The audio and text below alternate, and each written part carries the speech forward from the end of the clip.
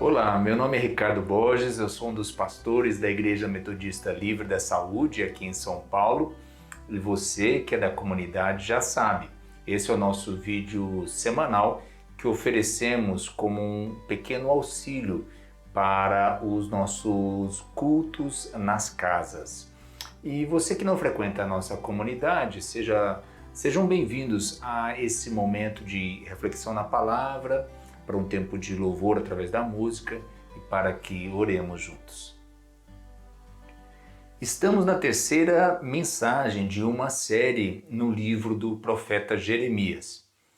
Hoje nós faremos a leitura dos versos 11 a 19 do capítulo 1. Diz assim a palavra do Senhor: Então o Senhor me disse: O que você vê, Jeremias? Eu respondi: vejo o ramo de uma amendoeira. Você viu bem, disse o Senhor. Isso significa que eu estou vigiando e certamente realizarei todos os meus planos. Então o Senhor falou comigo outra vez e perguntou: o que você vê agora? Respondi: vejo uma panela fervendo, derramando-se do norte para cá. O Senhor disse: terror vindo do norte ferverá e se derramará sobre o povo desta terra. Ouça! Estou convocando todos os exércitos dos reinos do norte. Eu, o Senhor, falei. Eles colocaram seus tronos junto aos portões de Jerusalém, atacaram seus muros e todas as outras cidades de Judá.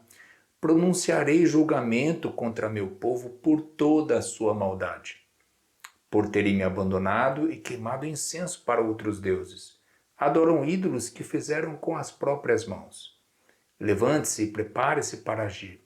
Diga-lhes tudo o que eu ordenar, não tenha medo deles, senão o farei parecer medroso diante deles. Pois hoje eu o fortaleci como uma cidade fortificada, como uma coluna de ferro ou um muro de bronze. Você enfrentará toda esta terra, os reis, os oficiais, os sacerdotes e o povo de Judá. Eles lutarão contra você, mas não vencerão, pois estou com você e o protegerei. Eu, o Senhor, falei. No começo dessa passagem, nós temos isso de que o Senhor me disse. Isso será uma constante no livro de Jeremias e, na verdade, em todos os profetas. O Senhor disse, o Senhor me disse, ou na linguagem de ontem, o oráculo do Senhor, assim disse o Senhor. E nesse primeiro capítulo já vemos isso algumas vezes. No começo do capítulo apareceu: o Senhor lhe deu esta mensagem, no verso 2, lhe deu outras mensagens, no verso 3. O Senhor me deu esta mensagem, no verso 4. O Senhor respondeu, verso 7. O Senhor tocou a boca de Jeremias e disse: coloquei minhas palavras na sua boca. E daí adiante, nesse capítulo, nós veremos isso outras vezes. Tem o Senhor me disse do verso 11, depois disse o Senhor disse, falou comigo. Ele disse no verso 14 para uma série de coisas que ele dirá a Jeremias e concluindo o capítulo com eu, o Senhor, falei. O que fazemos com todas essas afirmações? Primeiro, reconhecer isso de que nosso Deus é um Deus que fala. Ele fala a Jeremias, através de Jeremias, como alerta naquele momento histórico que o povo estava vivendo. Ele fala através de Jeremias ao povo. Ele fala o Senhor através do livro de Jeremias mais tarde também, quando o povo já estava no exílio, falando através daquele do rolo, do manuscrito do livro do profeta Jeremias para o povo no exílio, para que pudessem aprender com a história, com a desobediência dos seus antepassados. Depois, vejam bem que interessante que o Senhor fala através de Jeremias também ao povo que buscou a Deus nesses últimos 2.600 anos desde que Jeremias viveu. E por último, nós cremos que o Senhor nos fala hoje através do livro do profeta Jeremias, quando nós lemos e meditamos nessa palavra hoje. Ou seja, quem é cristão acredita num Deus que se revela, que se comunica, um Deus que fala. Isso pode até parecer simples, banal, mas na verdade é extraordinário. Isso faz uma diferença enorme na fé que nós temos. Porque o Deus das Escrituras, ele nos é apresentado desde o princípio, desde a narrativa da criação, como um Deus que fala. O Criador de todas as coisas falou e houve luz. Ele falou e houve a criação de tudo, tudo que há nos céus e na terra através do que o Senhor disse. O Criador de todas as coisas falou e nós, os seres humanos, fomos criados. Sendo que nós também fomos criados com essa capacidade de falar e de dialogar. Imagine, dialogar com o Criador de todas as coisas e com o nosso próprio Criador. E é algo fantástico. Nós veremos mais sobre isso, dessa capacidade de dialogar nos diálogos que Jeremias terá com Deus ao longo do livro que nós estamos estudando. Hoje ficamos com essa verdade poderosa a respeito de Deus. Ele se comunica com a gente. Ele nos fala, ele nos diz o que pensa, ele nos revela o seu coração, ele nos deixa saber os seus propósitos para nossas vidas e para o mundo em que nós vivemos hoje. Daí passamos a pensar, por que lemos a Bíblia? Porque isso de que Deus fala, se bem entendido, pode ser exatamente o tipo de motivação poderosa e mais adequada para o porquê devemos ler a Bíblia com regularidade, com atenção, meditar nas Escrituras. Os cristãos eles se aproximam da Bíblia com esse ar de assombro, de admiração, para com atenção e humildade buscar ouvir a voz de Deus na maneira como ele se revela ali nas Escrituras. Isso também nos ajuda a entender por que nós não lemos a Bíblia logo de cara com esse tipo de pergunta. Qual a lição que nós tiramos dessa história, ou como aplicamos isso para nós hoje? É claro que a lição ou a aplicação serão importantes. E nós devemos chegar em algum momento a essa aterrissagem da palavra de Deus nos dias de hoje. Mas a primeira tarefa, que é algo especial e muito importante, sempre deve ser entender a palavra de Deus, como ela chegou até aquelas pessoas naquele momento da história. Tanto quanto possível, buscar entender como eles receberam naquele tempo a palavra de Deus e o que ela significou para eles em seu tempo. É uma tarefa que requer esforço, cuidado, humildade, a comunidade, mas é uma que vale a pena o nosso esforço. Assim, lendo a Bíblia e entendendo melhor como ela foi lida ou recebida no determinado momento, contexto histórico, ou como foi lida e recebida pelo povo de Deus depois de um tempo, ao longo da história, e com que propósito, com que benefícios, assim também nós recebemos a palavra de Deus hoje nas nossas vidas. Assim o efeito é maravilhoso, porque nós nos colocamos na história do grande Deus Criador de todas as coisas que se revela e se relaciona com as suas criaturas. E vemos como isso se deu no passado, vemos como isso se dá hoje nas nossas vidas, e nossas vidas se tornam como que parte dessa fascinante história de reconciliação de todas as coisas, do Deus que fala e assim intervém na história, redime, sana, reconcilia todas as coisas, e nós cremos que nele e por ele nós nos tornamos parte ativa dessa história, e isso é fabuloso. Aqui na passagem hoje, primeiro nós vemos isso, o que você vê. Ou seja, essa realidade do Deus que fala, quando nós prestamos atenção ao que ele fala, faz com que nós vejamos as coisas melhor ao nosso redor. Que vejamos bem a Deus, vejamos bem a nós mesmos e a realidade, o nosso entorno melhor. Aqui no texto de hoje nós vemos que 2 vezes Deus pergunta a Jeremias o que você vê ou o que você vê agora. Isso nos leva a 3 constatações importantes.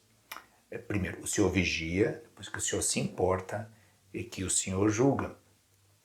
Essas verdades são reveladas dessa maneira comum aos profetas, e mais particular ainda em Jeremias, que é através da observação do cotidiano, das coisas corriqueiras acontecendo ao nosso redor, e do significado que Deus atribui a essas mensagens de caráter mais simbólico, mais metafórico. E essas metáforas, essas comparações, elas também aparecem no jogo de palavras usadas por Deus na linguagem. Quem gosta de literatura tem então um estímulo a mais para ler e meditar nas escrituras, porque a linguagem, a poesia, elas também são usadas por Deus para ele comunicar-se com a gente. Uma amendoeira. A primeira coisa que Jeremias vê é o ramo de uma amendoeira. E na explicação o Senhor diz que isso significa que ele está vigiando. Um ponto importante para entender o que está acontecendo aqui. Deus está usando um jogo de palavras com Jeremias. Em hebraico, a palavra para amendoeira é muito parecida com a palavra do verbo vigiar. Então, com isso, o Senhor lhe diz que está vigiando e que irá cumprir com a sua palavra, que ele ainda irá realizar os seus propósitos, que isso é algo certo. Com isso de vigiar e anunciar que ainda irá cumprir com seus planos, o Senhor demonstra que ele é um Deus que se importa.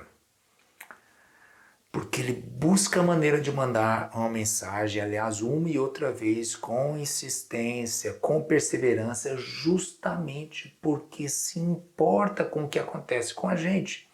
Ele se importa com as más escolhas que fazemos e com as consequências ruins que isso pode ocasionar em nossas vidas. Talvez isso nos ajude a colocar em melhor perspectiva o que ele comunica em seguida, que é o Senhor julga. O julgamento de Deus não é algo fácil para digerir por nós, ou talvez fácil de entender. Nossa autonomia humana, que é essa de sempre achar que já sabe o que é melhor para a nossa vida, nós não gostamos muito dessa ideia de ter que prestar contas a alguém. Ainda mais se for um ser misterioso, poderoso, que está fora do nosso controle, que é o caso de prestar contas a Deus. Parece que de muitas maneiras isso nos desconcerta e com frequência nós preferimos a nossa teimosia burra. Como eu não estou aqui para ofender a ninguém, poderia dizer que nós preferimos nossa teimosia pouco inteligente, uma obstinada em seguir os nossos erros sem querer ouvir os outros, no caso que é pior, sem querer ouvir a mensagem de Deus, que vem da parte de Deus sobre o que pode ser melhor para as nossas vidas. E teimosia é o mesmo negócio difícil de lidar. E a gente acho que sabe como é essa realidade. Até mesmo porque o teimoso não admite nunca que está sendo teimoso. Ele apenas, digamos, tem razão e sabe disso. E eu espero que ao ouvir isso aí em suas casas, não tenhamos agora alguns olhares acusatórios uns aos outros dentro de casa, ou aquela pigarreada, o cutucão, cotovelo, sugerindo aquela outra pessoa aí dentro da casa que, olha, essa mensagem sobre teimosia agora é para você, presta atenção nisso. Veja bem, nós já estamos com uma sobrecarga de longa convivência dentro de casa por causa da quarentena e não queremos causar nenhum problema com essa mensagem hoje.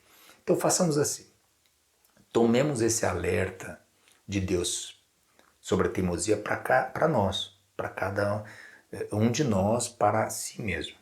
E se o Senhor julga, é porque Ele está vigiando, Ele não está distante, não é impassível, não está em silêncio.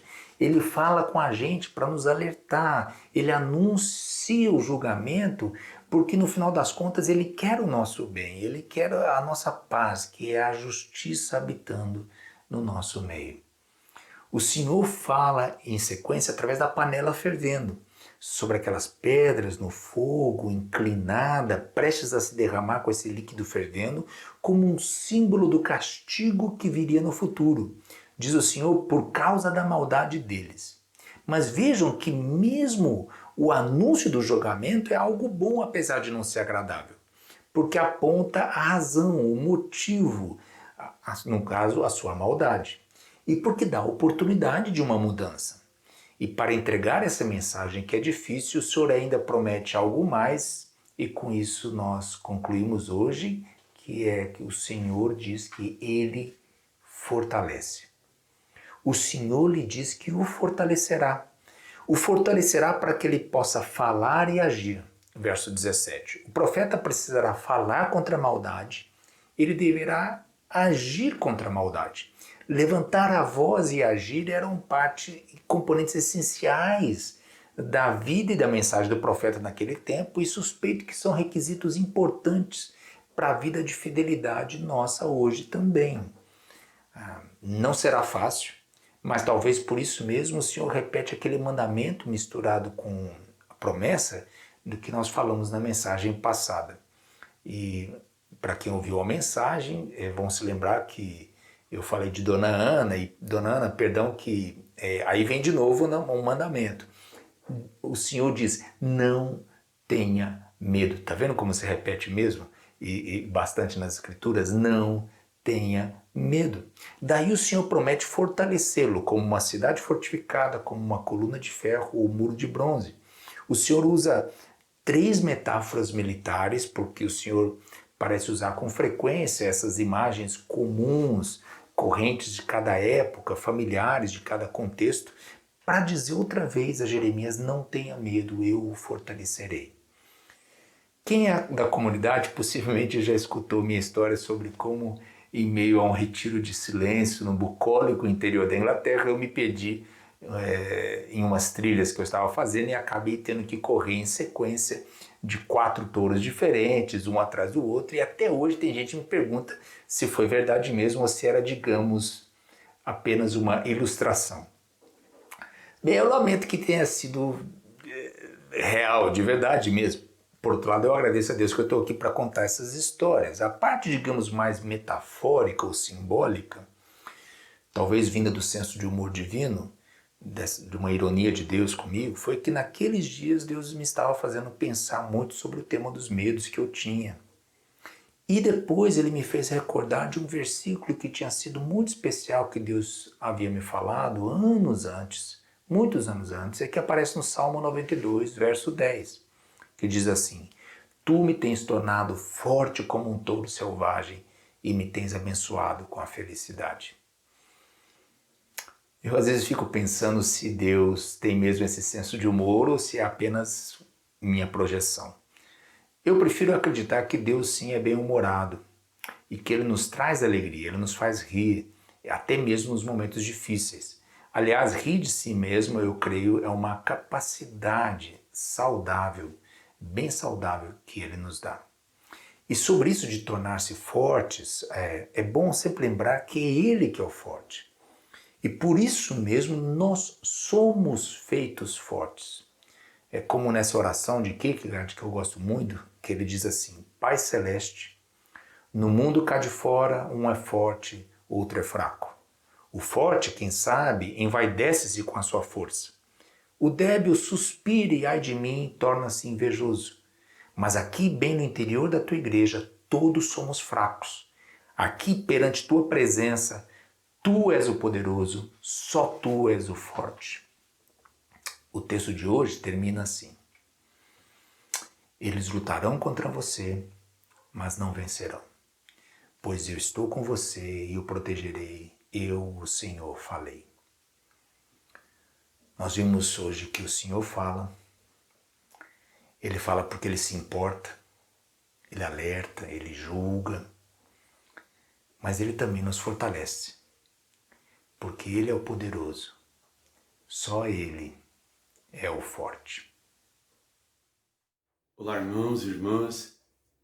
Eu gostaria de iniciar esse momento lendo um salmo. É o Salmo 23. O Senhor é meu pastor, nada me faltará. Ele me faz repousar em pastos verdejantes, leva-me para junto das águas de descanso, refrigera minha alma, guia-me pelas veredas da justiça, por amor do seu nome. Ainda que eu ande pelo vale da sombra da morte, não temerei mal nenhum, porque tu estás comigo. A tua vara e o teu cajado me consolam. Preparas-me uma mesa na presença dos meus adversários. Unge-me a cabeça com óleo e meu cálice transborda.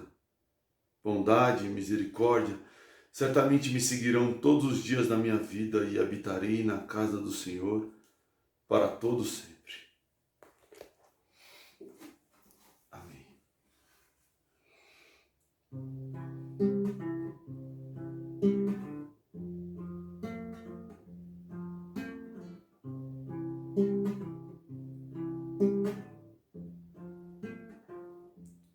Meu pastor é o Senhor Deus, nada há de me faltar.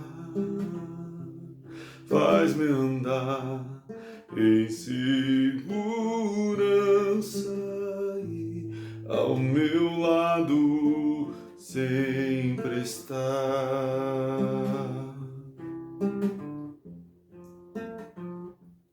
Por amor de seu nome,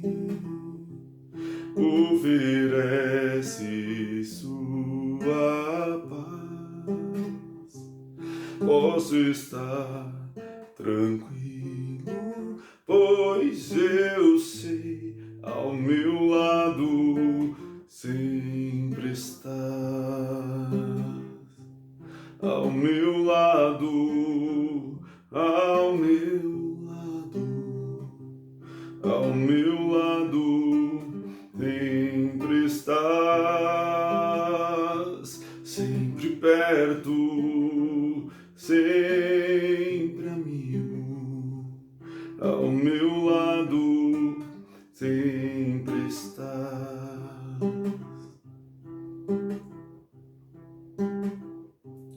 Mesmo quando atravesso noites frias, dor e o mar, tenho paz, pois sei que o meu pastor ao meu lado sempre estás. Ao meu lado, ao meu lado, ao meu lado, sempre estás, sempre perto, sempre amigo. Ao meu lado, sempre estás, ao meu lado, sempre está.